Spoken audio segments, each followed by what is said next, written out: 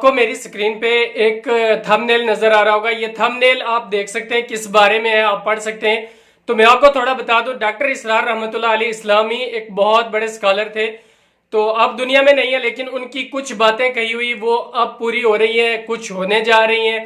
اس طریقے کی بہت ساری باتیں ہیں جو ڈاکٹر اسرار رحمۃ اللہ علیہ کی اس وقت پیشن گوئی کی تھی, وہ آج صحیح ثابت ہو رہی ہیں. کیونکہ ان کے بارے میں کہا جاتا ہے وہ حدیث کو پڑھ کے آنے والے کچھ سال, 10 سال, 20 سال, 50 سال کے بعد اس حدیث کے مطابق رسول اللہ صلی اللہ علیہ وسلم کی جو پیشن گوئیاں ہیں وہ کب پوری ہو رہی ہیں, کیسے ہو رہا ہے, اس بارے میں کیا ہوگا, اس بارے میں وہ بہت ساری نالج رکھتے تھے, بہت بڑی نالج رکھتے تھے, بہت بڑے حدیث کے, قرآن کی تفسیر کے بہت بڑے عالم تھے.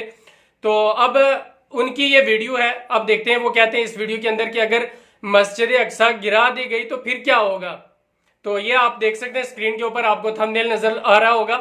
اب میں یہ ویڈیو لگاتا ہوں, ویڈیو شروع کرتے ہیں, دیکھتے ہیں اس ویڈیو میں وہ کیا بتاتے ہیں, کیا ہونے جا رہا ہے, کیا ہوگا, وہ سارا کچھ آپ ہی دیکھیں. تو سب سے پہلے آپ سب اپنے بارے میں بتائیں کیسے ہیں.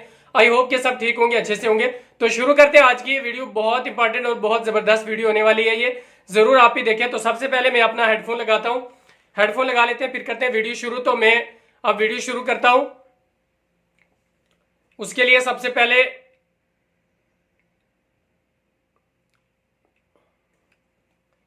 تو یہ ویڈیو میں شروع کر رہا ہوں, آپ بھی دیکھیں, میں بھی دیکھتا ہوں.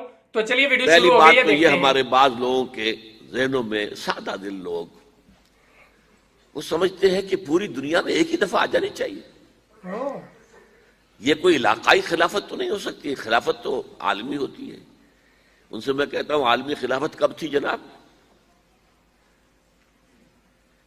یہ تو نہ خلافت راشدہ میں عالمی تھی. کیا ہندوستان شامل تھا اس میں؟ کیا چین شامل تھا؟ کیا یورپ شامل تھا؟ اور سب سے بڑی بات یہ, اگر ایک دم پوری دنیا پر خلافت قائم ہو سکتی تو حضور کے دست مبارک سے ہوتی. یہ بھی صحیح بات ہے, لیکن نہیں ہوئی. نتیجہ کیا نکلا؟ ایک ملک میں حضور نے قائم کر دی, جزیرہ نما عرب, یہاں خلافت قائم ہو گئی, حضور خلیفہ ہے. اب وہ نقطہ کون سا ہوگا, نقطہ آغاز کون سا ہوگا؟ اس میں پہلی بات تو میں نے کہا جو شک کرے گا اس کا پھر ایمان مشکوک ہے. ہوگا, لازماً ہوگا, صحیح بات ہے, گلوبل ہوگا, پوری دنیا میں ہوگا. کہاں سے شروع ہوگا اس میں آپ اختلاف کر سکتے ہیں, لیکن مجھے تو 2 حدیثیں تو ملی ہیں جن سے یہ اندازہ ہوتا ہے کہ یہ اس مشرقی خطے سے ہوگا, عرب کے مشرق کی جانب کسی ملک سے ہوگا, کسی خطے سے ہوگا. وہ حدیثیں بھی اب آپ پڑھ لیجئے پہلے. پھر میں کہہ رہا ہوں یہ خزانہ ہے جو ہم نے آپ کی خدمت میں پیش کیا ہے, کاش کہ آپ اس کی قدر کر سکیں. یہ حدیثیں آپ کو ازبر ہو جائیں, یاد ہو جائیں, لوح قلب پر نقش ہو جائیں. ہندوستان اور خراسان یعنی موجودہ افغانستان کا ذکر. ابن ماجہ کی روایت ہے, عن عبداللہ ابن الحارث رضی اللہ تعالی عنہ قال رسول اللہ صلی اللہ علیہ وسلم یخرج ناس من المشرق یؤتئون للمہدی یعنی سلطانہ, یعنی سلطانہ, دونوں طرح سے پڑھ سکتے ہیں.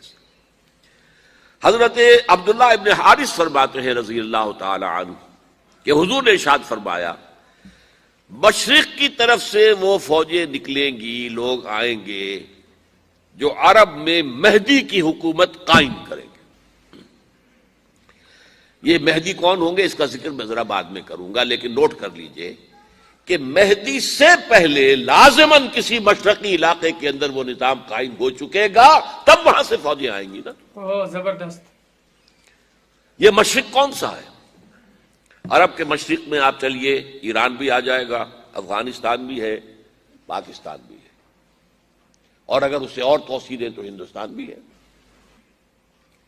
یہ ہے عرب کا مشرق. اس سے فوجیں جائیں گی. اس کا کیا مطلب ہے کہ اس میں سے کسی جگہ پر نظام خلافت پہلے قائم ہو جائے گا تاکہ وہاں سے فوجیں جائیں گی جو جزیرہ نما عرب میں حضرت مہدی کی حکومت کو قائم کریں گی. اب دوسری حدیث سنیے. یہ سنن ابن ماجہ کی حدیث تھی جو میں نے آپ کو سنائی, آپ نے پڑھی. دوسری عن ابی ہریرہ رضی اللہ تعالی عنہ، یہ ترمذی شریف کی روایت ہے، قال قال رسول اللہ صلی اللہ علیہ وسلم یخرج من خراسان رایات سود لا يردها شیء حتی تنصب بإیلیا، خراسان کے علاقے سے سیاہ جھنڈے لے کر فوجیں آئیں گی، ان کا رخ کوئی موڑ نہیں سکے گا، ان کو پیچھے پھیر نہیں سکیں گے کوئی بھی، یہاں تک کہ وہ یروشلم میں جا کر جھنڈے نصب کر دیں گے۔ ایلیا حضور کے زمانے میں یروشلم کو کہتے تھے۔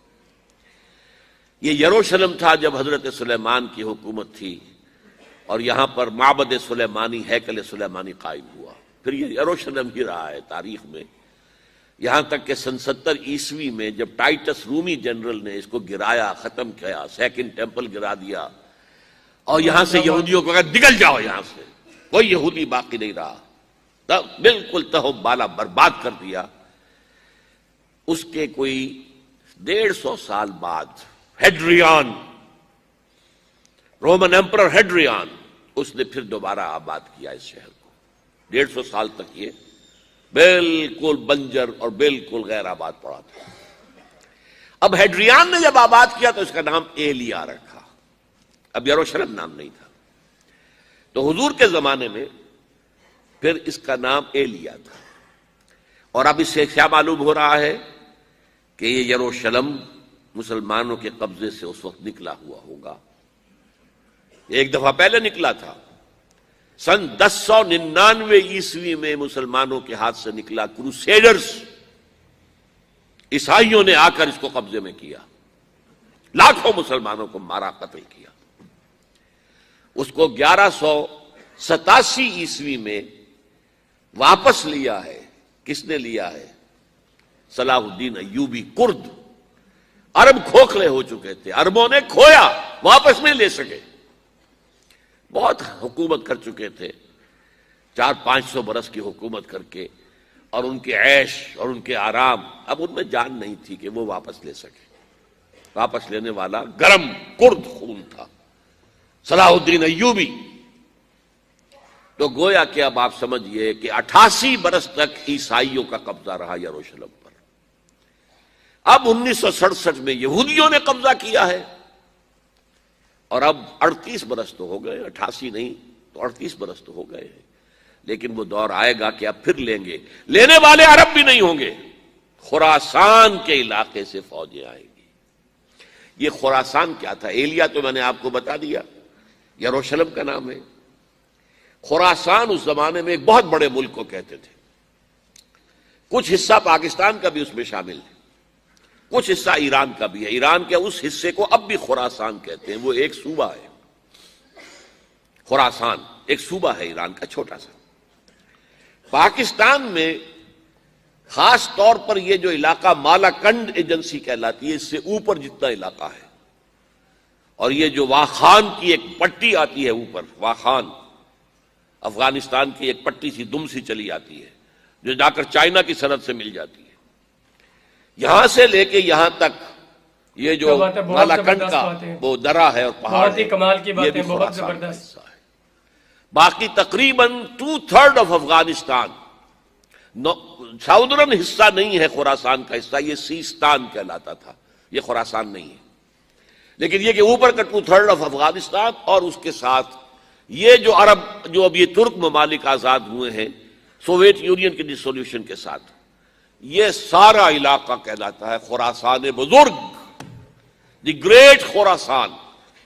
ایک مرتبہ ایک یہاں کا جو کاؤنسلیٹ ایران کا وہ آئے تھے میرے پاس، ان کے ایک اہم آدمی، ان سے میں نے پوچھا خراسان، تو پہلے تو ان کا خراسان ہمارا ایک صوبہ ہے، میں نے کہا نہیں مجھے خراسان، او خراسان بزرگ، وہ جو آپ دی گریٹر خراسان کی بات کر رہے ہیں وہ یہ تھا۔ پھر میں نے اور ذریعوں سے بھی تحقیق کی، پہلے خیال تھا کہ پورا افغانستان اس میں شامل ہے۔ تو دوستو یہ تھی آج کی ویڈیو ڈاکٹر اسرار رحمۃ اللہ علیہ کی، جو کہ بہت ساری تاریخی باتیں اور بہت ساری پیشن گوئیاں کر رہے تھے جو حدیث کے مطابق ہے، وہ لے کے ایسے ہی نہیں ادھر ادھر کی، لیکن حدیث کے مطابق بالکل صحیح۔ تو آپ نے سنی، آپ کو کیسی لگی یہ ویڈیو؟ اگر آپ کو یہ آج کی ویڈیو اچھی لگی اور ڈاکٹر اسرار رحمۃ اللہ علیہ کی یہ جو باتیں تھی یہ آپ کو اچھی لگی ہیں تو ویڈیو کو ضرور لائک کر دیں۔